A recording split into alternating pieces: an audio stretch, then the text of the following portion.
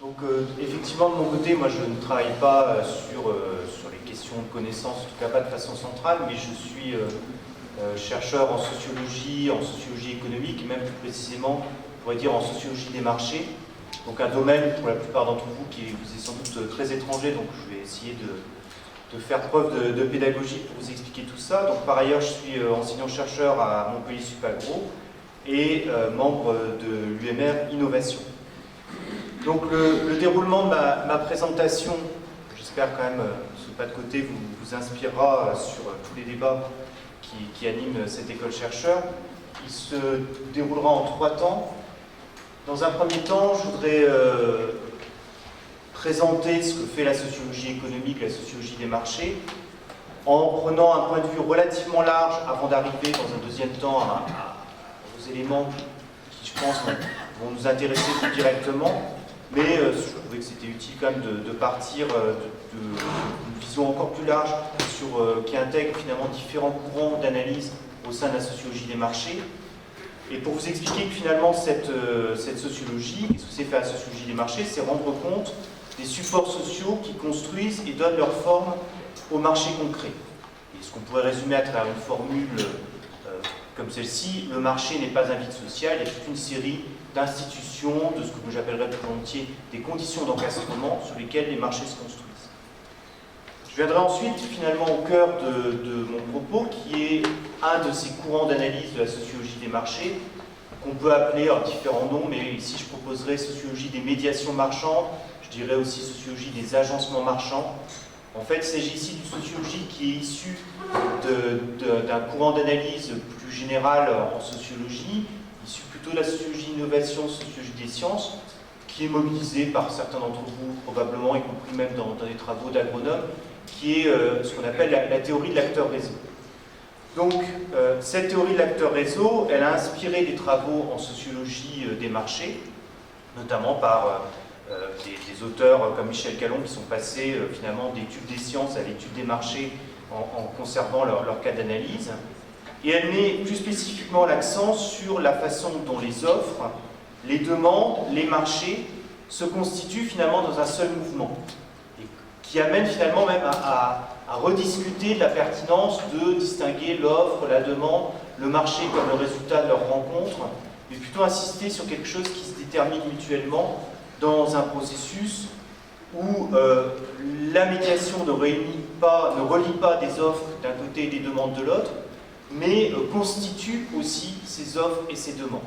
Donc voilà, c'est finalement ce détour intellectuel qu'on va faire ici dans l'univers du marché, que après je vous invite à essayer d'opérer aussi dans l'univers finalement des relations entre science et demande sociale, pour le dire simplement. Et puis en un troisième temps, mais de façon plus rapide, j'insisterai sur aussi l'idée que cette sociologie des médiations marchandes permet de penser différemment les phénomènes d'innovation et aussi les phénomènes de concurrence dans les marchés. Donc, premier temps, pour ici, initiation ultra rapide à la sociologie des marchés. Donc, si ça vous intéresse, je vous renvoie bien volontiers vers cet ouvrage qui me rapporte 45 centimes à chaque fois que j'en vends un. La route est longue. Mais donc ça vous enrichira peut-être plus que moi, à 45 centimes, je ne prends pas trop de risques, ça vous en coûtera 10 € quand même. Bref, tout ça pour dire qu'il y a toute une série de travaux qui ont été menés. Oui, est-ce qu'on peut faire la sociologie du marché? Oui. Alors, sur ce, ça n'a pas toujours été une question aussi évidente que ça, ce n'était pas un objet d'étude privilégié des sociologues dans les années 50, 60, 70. Et puis, depuis quand même les années 80, 90, 2000, il y a un énorme champ de recherche qui s'est développé. Et finalement, si on regarde la diversité de ce champ de recherche, qu'est-ce qui intéresse les sociologues? Ce qui les intéresse, pour le résumer un petit peu comme ça, c'est ce qu'on peut appeler les supports sociaux des marchés, ce qu'on peut appeler, ce que je propose dans cet ouvrage, d'appeler les conditions d'encastrement des marchés, et souvent même rajoute des marchés concrets. Il faut imaginer ici qu'on parle de situations, tel marché, telle filière de produits tropicaux, ainsi de suite, et qu'on va regarder dans le détail. Évidemment, dans des tas de domaines, l'industrie, la culture, etc., l'agriculture, l'alimentation aussi. Et ces conditions d'encastrement, qu'est-ce que c'est? C'est d'abord toute une série de réseaux de relations stabilisés, ce qu'on appelle parfois simplement les réseaux sociaux. Vous avez ici des liens sociaux stabilisés, des clientèles, des fidélités commerciales, etc., des partenariats qui sont extrêmement structurants des marchés. Ce sont aussi des règles formelles. Il y a des règles écrites qui viennent aussi structurer les marchés concrets.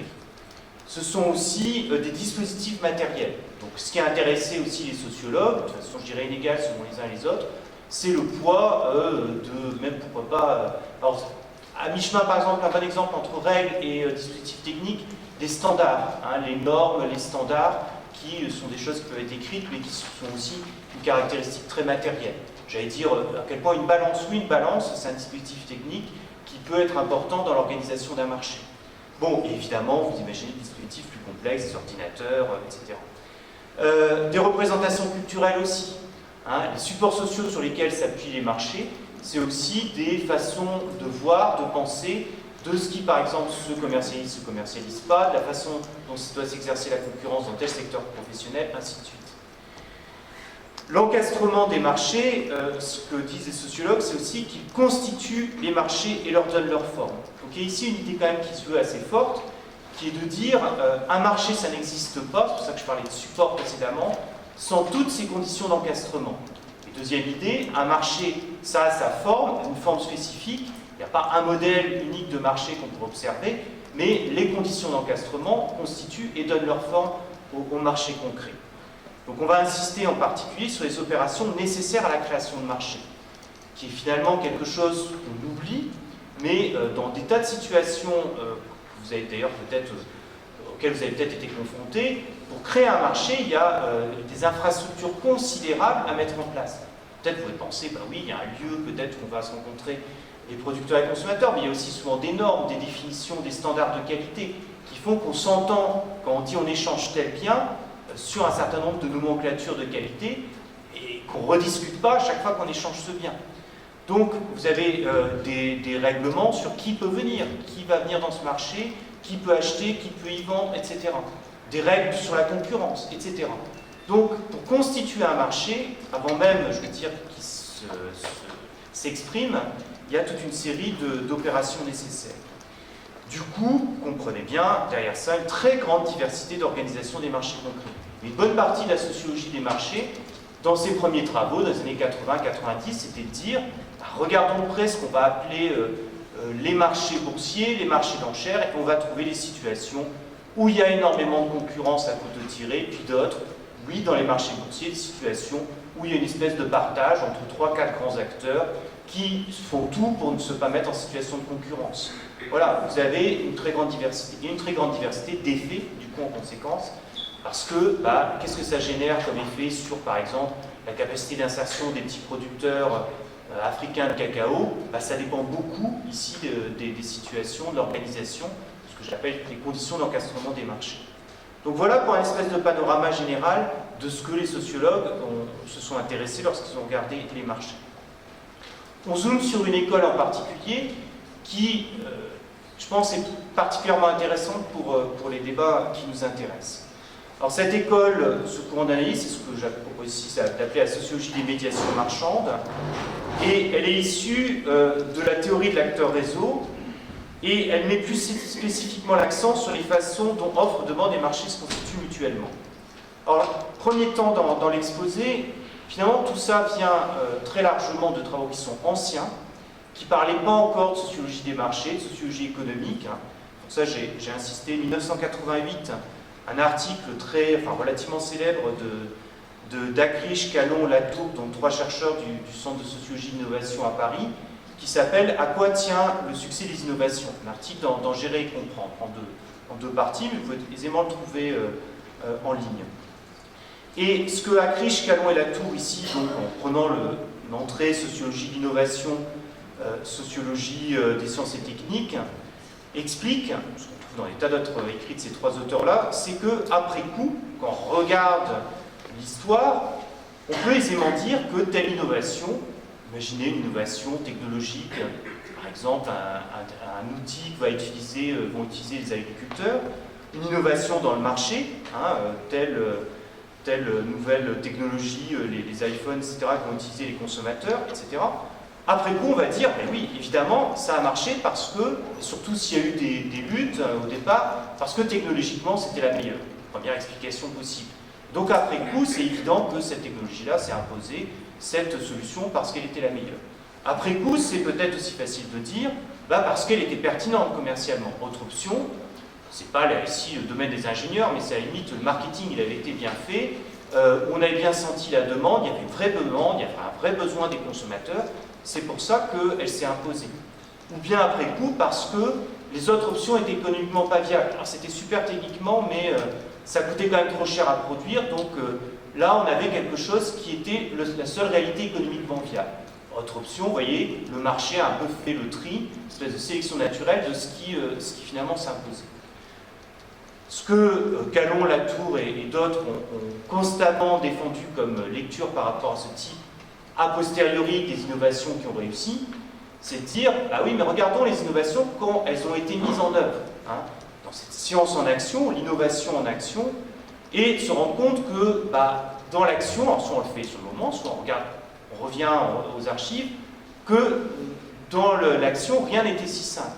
Et que ce qui s'est imposé comme une évidence, je ne sais pas, il y a dans cet article, ils disent le modèle de l'ampoule à incandescence, par exemple, ou plutôt, donc là, au début du 20, fin 19e, du 20e, plutôt que l'ampoule avec du gaz, elle s'est imposée dans un contexte où rien n'était si évident que ça, économiquement, commercialement, techniquement, dans un contexte qu'on appelle ici un contexte de controverse, avec blindé d'incertitudes. Et des débats, savoir, est-ce que oui, c'était... Pourquoi on ne sait pas? Parce qu'aujourd'hui, on a peut-être des coûts, mais quels seront les coûts plus tard? Donc vous voyez bien tout ce jeu de dire, oui, mais on va avoir des économies d'échelle, oui, mais le coût du pétrole va s'envoler, oui, mais etc. Donc au final, c'est ça qui va être le plus efficace. Des incertitudes, et puis tout un jeu, du coup, plutôt d'enrôlement, c'est-à-dire on essaie de trouver des alliés dans les banques, dans l'industrie, dans le monde politique, etc. Des enjeux où les uns et les autres vont se faire les porte-paroles, les consommateurs veulent ceci, les batteries, il y a un article célèbre aussi de Calon sur le véhicule électrique, les batteries électriques de demain seront plus performantes là-dessus, etc. Hein. Et on va parler au nom de la nature, parler au nom des consommateurs, parler au nom de l'économie, ainsi de suite. Et donc c'est tout ce processus de controverse qui finalement fait que certains choix s'imposent, bien plus que leur supériorité, qu'on ne peut pas démontrer finalement au fur et à mesure, économique, commerciale ou, ce que j'avais encore, marchande, technologique, bien sûr. Ce qu'on voit aussi, du coup, c'est que dans les processus d'innovation, on a, ce terme est relativement resté, des processus tourbillonnaires.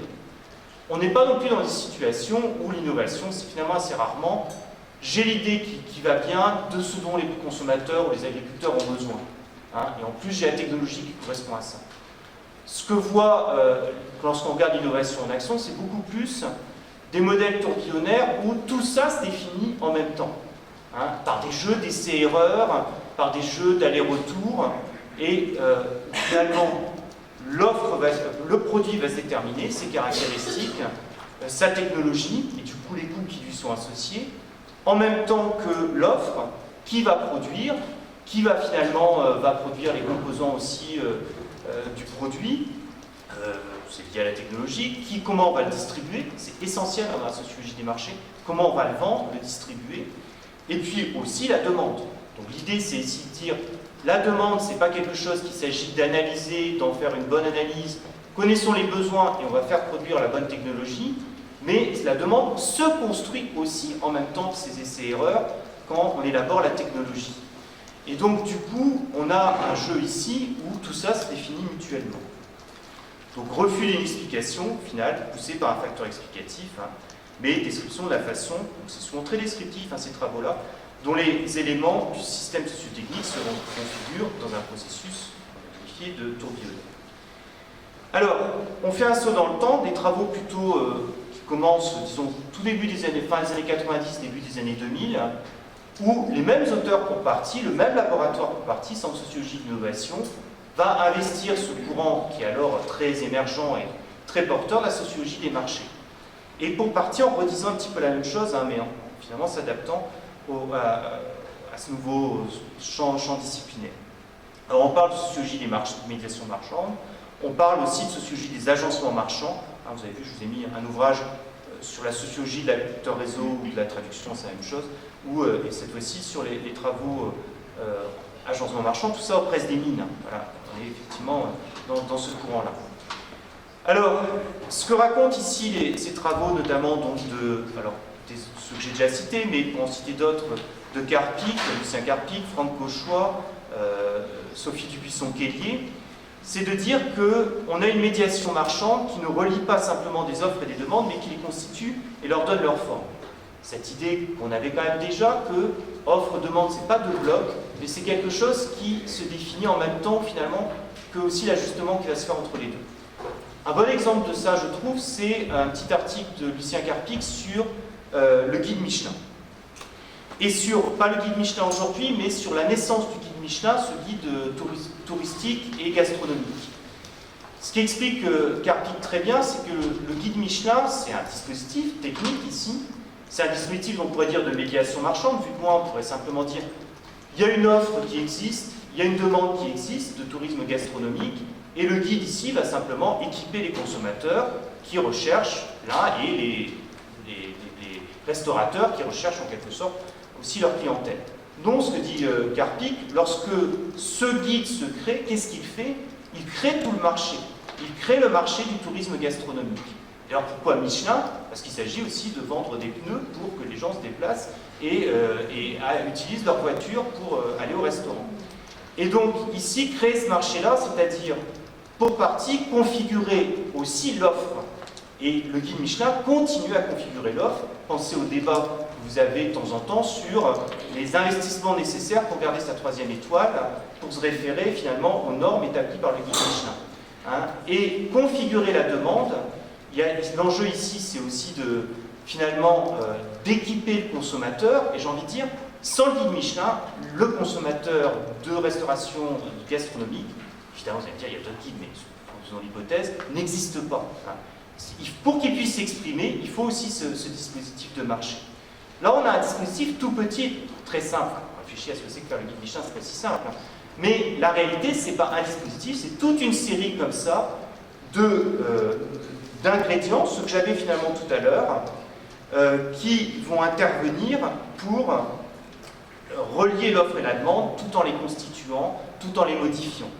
Et tous ces ingrédients, effectivement, c'est ce que j'appelle ici la foule d'acteurs et de dispositifs de médiation marchande, qui constituent dans un même mouvement les offres, les demandes et le marché. Ou, pour le dire comme Calon le dit lui-même, qui constituent les agencements marchands. Hein. Les marchés, plutôt parler d'agencements marchands, pour insister sur ce collectif socio-technique qui relie tout cet ensemble-là. Bon, je pourrais insister ici, je vous donne juste l'idée, mais raisonner comme ça, c'est se rendre compte par exemple à quel point dans des filières, donc certains sont peut-être professionnels des filières savent ça très bien, dans les filières, dans les circuits économiques, les distributeurs, qui apparaissent parfois dans le discours un peu rapide, comme des espèces d'intermédiaires inutiles qui servent à rien, reconnectons les producteurs aux consommateurs, tout se passera mieux. Combien les distributeurs jouent un rôle essentiel qui n'est pas simplement de connecter une offre qui existe et une demande qui existe.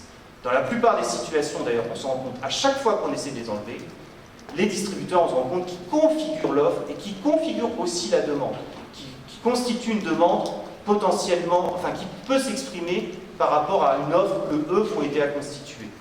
Donc, enlever les distributeurs, vous verrez qu'il ne suffit pas qu'il y ait une offre et une demande pour que le marché existe. Deuxième illustration, juste pour aussi ouvrir une autre piste très rapidement. Une bonne partie aussi, on va dire comme ça, du recyclage qu'a fait Calon de ces idées de la sociologie des sciences, sociologie des marchés, c'est de dire, parce que ça aussi c'était déjà présent, les économistes font partie des acteurs de la médiation marchande. Là-dedans, vous pouvez mettre aussi les spécialistes du marketing, pourquoi pas les sociologues, les scientifiques d'une façon générale, des sciences sociales, qui travaillent sur le monde du marché. Ce que dit l'argument ici, qu'on qualifie souvent de performativité, c'est un argument consistant à dire les économistes, les marketeurs qui par exemple vont produire un savoir sur le marché en général, produisent un savoir aussi qui amène à formater le marché, à construire aussi une façon d'organiser les marchés, et souvent à formater aussi la façon dont l'offre va se mettre en forme, et potentiellement aussi la façon dont la demande va se mettre en forme. L'exemple qu'avait pris Calon dans le premier article en 98 où il énonce ça, c'est un exemple d'un article que Marie-France Garcia, que certains d'entre vous connaissent de l'INRA, avait élaboré bien avant, en 1986, sur la construction d'un marché au cadran pour les fraises. Et en fait, Calon dit ici, c'est la science économique derrière qui performe la réalité de ce marché-là en créant ce que Marie-France Garcia avait appelé un marché parfait, notamment en standardisant l'offre, en centralisant les produits vendus sur le marché, en centralisant les offreurs sur un même lieu, ainsi de suite. Bon, il y a des exemples beaucoup plus, je dirais, complexes et plus intéressants aussi, et plus, je veux dire, qui marchent au mieux sans doute, autour des marchés d'enchères, par exemple pour la 3G ou la 4G, des marchés pour les ressources naturelles non renouvelables, ainsi de suite, ou comment les économistes, ici, performent le marché. Bon, bref, on a aussi de nouveau des acteurs ici qui constituent l'offre et la demande, le marché, les agencements marchands. Toutes ces réalités-là sont particulièrement visibles lorsque le marché n'existe pas encore. Bref, lorsqu'on est pile au cœur d'une rencontre entre sociologie d'innovation et sociologie des marchés. Et ce n'est pas très surprenant vu le parcours intellectuel de tout ça. Pile au cœur de situations où il faut créer un nouveau marché. Alors moi j'ai vu ça par exemple dans mes propres travaux de recherche sur l'approvisionnement local de la restauration collective. Où précisément on dit, il y en a marre des pomonas, des machins, des trucs, il faut ici traiter directement avec les producteurs locaux. Il ne suffit pas d'avoir des producteurs locaux qui ont envie de vendre et d'avoir des restaurateurs qui ont envie d'acheter, ceux qui ont peut-être déjà vu ça, peut-être même en tant que, je sais pas, parents d'élèves ou autre, ça s'avère souvent beaucoup plus compliqué que ça, parce qu'il faut déjà définir qui va livrer, avec quel camion, et quel prix, et sous quel conditionnement, etc., etc., etc. Hein. Et tous ces ingrédients de la médiation marchande, il faut les reconstituer sur ces marchés qui n'existaient pas. Et là, on voit bien à quel point, très souvent, là, ça amène aussi à dire, bon, ok, mon yaourt, je vais le livrer, non pas en pot individuel, mais en pot de 10 litres. Et puis, je vais adapter la recette, parce que la recette initiale, les enfants, ils n'arrêtent pas de se tâcher parce qu'elle est trop liquide. Et, oui, mais du coup, dans la cantine, ça veut dire qu'on va servir dans des pots individuels, donc il faut racheter les ramequins, et puis il y a un petit peu plus de tâches, etc. Sur les yaourts, c'est ça, sur le poulet fermier, je pourrais vous raconter, c'est encore plus compliqué. Donc, vous avez ici des adaptations sur l'offre et la demande, très souvent quand il s'agit de constituer le marché. Donc, deuxième exemple que je développerai moins, mais je fais des appels du pied éventuels, et après je termine. Bon, je ne ferai pas d'un diapo, c'est pas grave. Je ferai un appel du pied ici, si certains veulent raconter ça. L'autre jour, une étudiante de Supagro présentait des échanges entre céréaliculteurs et éleveurs bio, j'aurais dû le mettre, dans un territoire, je crois, de Haute-Garonne. Et sur la visiblement par des collègues de l'INRA, je ne sais pas si c'est Agir ou quoi, mais je n'ai pas toutes les infos, mais ici, même chose, vous avez potentiellement des échanges marchands, ah c'est super, moi je veux bien t'acheter ton fourrage, et puis et comme ça, je vais faire du lien au sol à l'échelle du territoire, sauf que on peut mettre un système d'information Internet, médiation marchande, et ça ne suffit pas encore. Comment on distribue, comment on certifie la qualité du fourrage qui est vendu, etc. Donc là encore, comment on crée un marché qui n'existe pas, médiation marchande. Bon, et lorsque le marché se développe, moi je travaille sur le développement de l'agriculture biologique actuellement en France, croissance très forte de l'offre et de la demande, on peut aussi faire le pari qu'il faut sortir de raisonnement du style mais la demande pour les produits bio, elle est de quoi? Non, la demande des produits bio, elle se construit aussi. Même chose, l'offre, est-ce qu'elle existe? Est-ce qu'on va pas? Non, elle se construit aussi dans le même mouvement. Et c'est sans doute pas la même offre et la même demande sans doute qui se construit au fur et à mesure de la croissance du marché. Donc voilà, on n'a pas des choses qui sont figées qu'il s'agit de réunir, mais on a des choses qui se construisent en même temps au fur et à mesure du processus. Voilà, j'en ai terminé.